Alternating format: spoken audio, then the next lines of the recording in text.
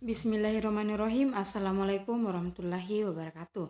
Halo teman-teman sekalian, perkenalkan nama saya Samsinar A, NIM 18.7040010, kelas B angkatan 2018, Program Studi Pendidikan Teknologi Pertanian Fakultas Teknik Universitas Negeri Makassar. Dalam video kali ini, saya akan menjelaskan mengenai hal-hal yang berkaitan dengan analisis lemak, protein, vitamin, dan mineral. Pertama-tama saya akan membahas mengenai lemak. Apa itu lemak?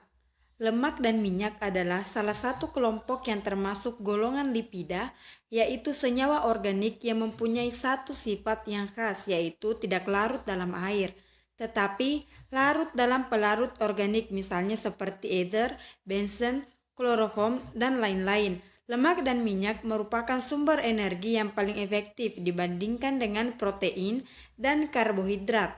1 gram lemak akan menghasilkan 9 kcal, sedangkan protein dan karbohidrat hanya menghasilkan kalori kurang lebih 4 kcal saja. Adapun prosedur kerja analisis lemak yaitu timbang sebanyak 1-2 gram sampel yang telah dihaluskan menggunakan blender, dimasukkan ke dalam timbal yang terbuat dari kertas saring. Kemudian ditutup bagian atas menggunakan kapas bebas lemak dan ujung timbal dilipat rapat-rapat kemudian dimasukkan ke dalam tabung mikrosoklit.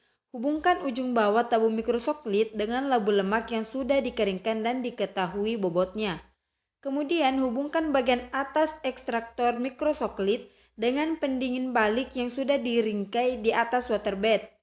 Setelah itu dituang protelium benzena kurang lebih 2 kali volume tabung kurang lebih 15 mili dan dialirkan lewat ujung pendingin balik. Ekstraksi dilakukan dengan variasi waktu selama 0,5, 1, 1,5, dan 2 jam. Sebagai pembanding dilakukan juga ekstraksi selama 4 jam.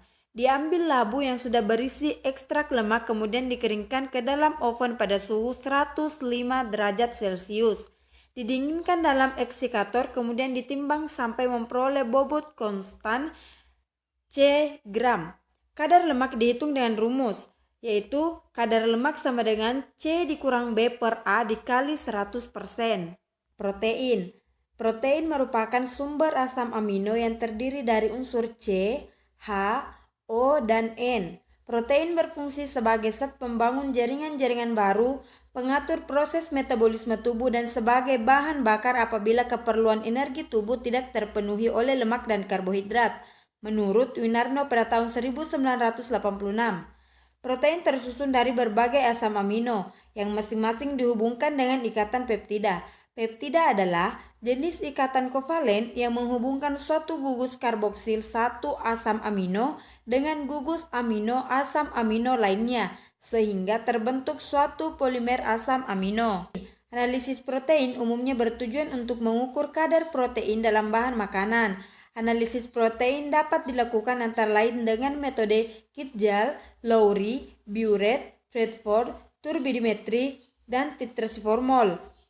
Prinsip analisis Kitjal adalah sebagai berikut. Yang pertama, bahan organik dididihkan dengan asam sulfat pekat sehingga unsur-unsur dapat terurai. Atom karbon menjadi CO2 dan nitrogen menjadi amonium sulfat. Larutan tersebut kemudian dibuat alkalis dengan menambahkan NaOH berlebihan sehingga ion amonium bebas menjadi amonia bebas. Amonia yang dipisahkan dengan cara distilasi kemudian dijerat dengan larutan asam borat. Garam borat yang terbentuk dititrasi dengan HCl.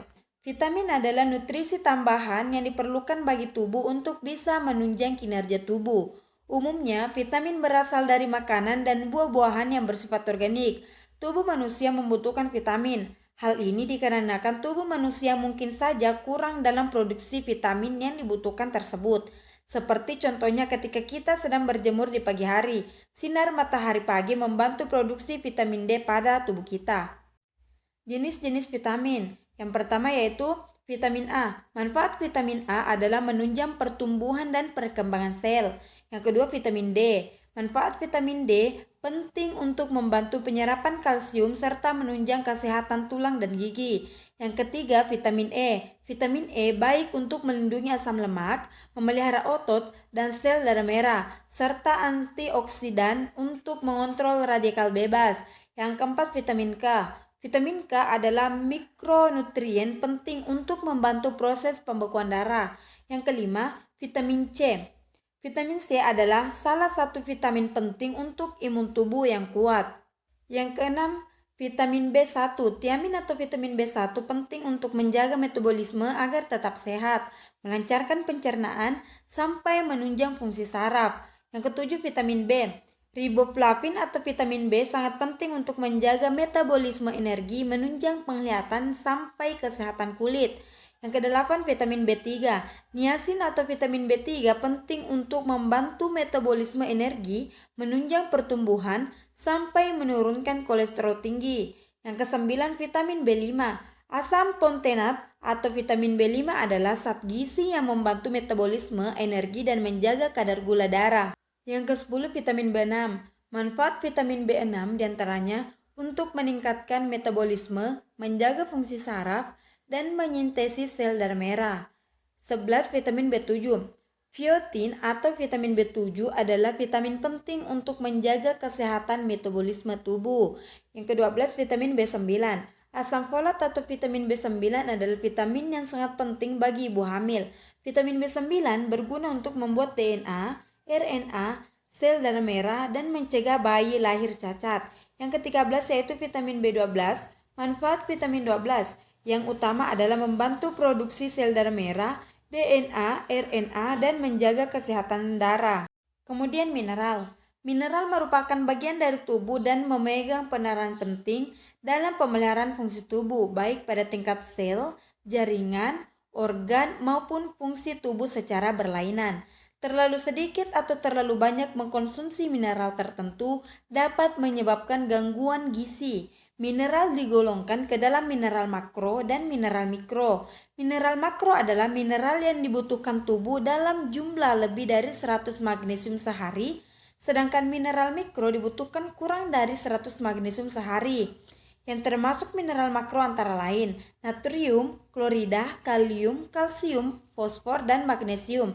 Sedangkan yang termasuk mineral mikro antara lain besi, mangan, dan tembaga menurut Al-Matsir 2009 dan Kristanti 2010. Metode analisis mineral ada 3 yaitu gravimetri. Gravimetri mineral diendapkan kemudian ditimbang. Pengendapan harus selektif.